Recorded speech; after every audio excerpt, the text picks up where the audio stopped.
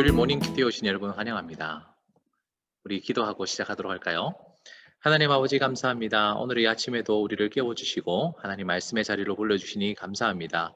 말씀 읽고 우리 가운데 주시는 도전을 따라 기도하고 오늘 하루를 잘 살아갈 수 있도록 도와주시옵소서. 예수님 이름으로 기도합니다. 아멘. 오늘 말씀 요한복음 3장 1절에서 8절까지 말씀입니다. 그런데 바리새인 중에 니고데모라 하는 사람이 있으니 유대인의 지도자라. 그가 밤에 예수께 와서 이르되 랍비여 우리가 당신은 하나님께로부터 오신 선생인 줄 아나이다. 하나님이 함께 하시지 아니하시면 당신이 행하시는 표적을 아무도 할 수 없음이니이다. 예수께서 대답하여 이르시되 진실로 진실로 내게 이르노니 사람이 거듭나지 아니하면 하나님의 나라를 볼 수 없느니라. 니고데모가 이르되 사람이 늙으면 어떻게 날 수 있사옵나이까? 두 번째 모태에 들어갔다가 날 수 있사옵나이까? 예수께서 대답하시되 진실로 진실로 내게 이르노니 사람이 물과 성령으로 나지 아니하면 하나님의 나라에 들어갈 수 없느니라.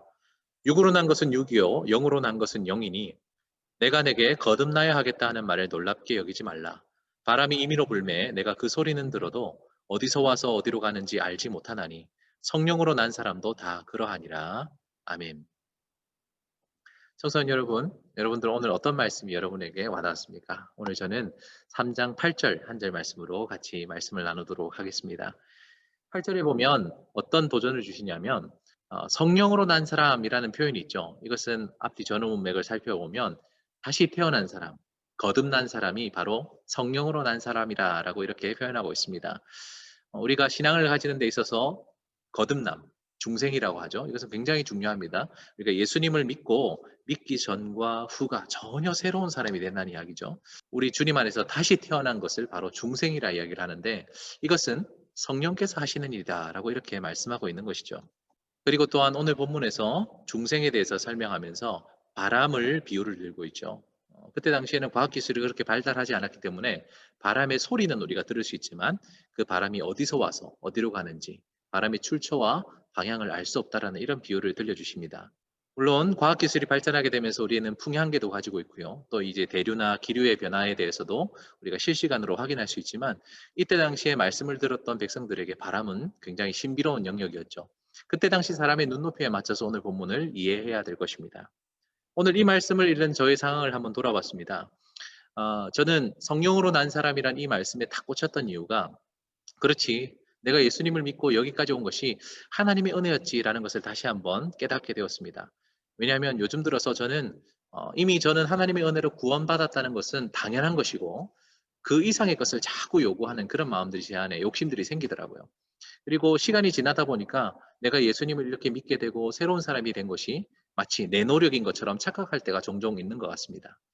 우리가 예수님을 믿고 새 사람으로서 새로운 가치관과 새로운 삶의 자세로 살아가는 것은 결코 나의 노력, 나의 힘과 나의 공로로 된 것이 아니죠.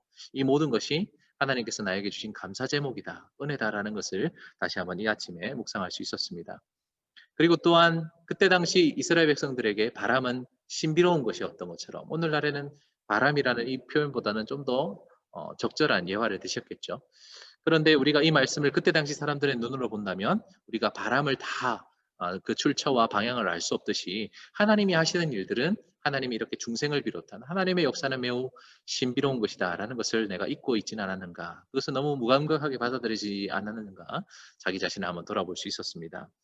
따라서 오늘 말씀을 놓고 저는 어떤 변화를 꿈꾸냐면 먼저 하나님께서 주신 이 모든 것들을 감사하기로 결심했습니다. 하나님께서 나를 이렇게 새로운 사람으로 중생시켜 주신 것, 거듭나게 해주신 것이 다 하나님의 은혜다라는 것을 다시 한번 감사하는 마음을 가지는 이 아침이 되었으면 좋겠고요. 또한 오늘 하루 나에게 주실 일들이 마치 그때 당시 이스라엘 백성들이 바람을 바라보며 신비롭다 생각했던 것처럼 나에게도 하나님께서 오늘 하실 일들, 나에게 주실 기적과 신비를 기대하면서 살아갈 수 있는 이 아침이 되었으면 좋겠습니다. 사랑하는 청소년 여러분, 여러분은 어떤 말씀에 오늘 큰 도전을 받았습니까? 영상 댓글에 여러분이 받은 은혜의 말씀들을 나눠주시면 감사하겠습니다. 우리 기도하고 마치죠. 하나님 아버지 감사합니다. 오늘 주신 이 은혜를 따라 살아갈 수 있는 우리 청소년들 되게 해주시고 말씀이 우리를 지키고 말씀이 우리를 인도하는 능력을 우리가 다 경험하게 하여 주시옵소서. 예수님 이름으로 기도드리옵나이다. 아멘. 오늘도 수고 많았습니다. 우리 내일 또 반가운 얼굴로 다시 만나요. 수고했습니다.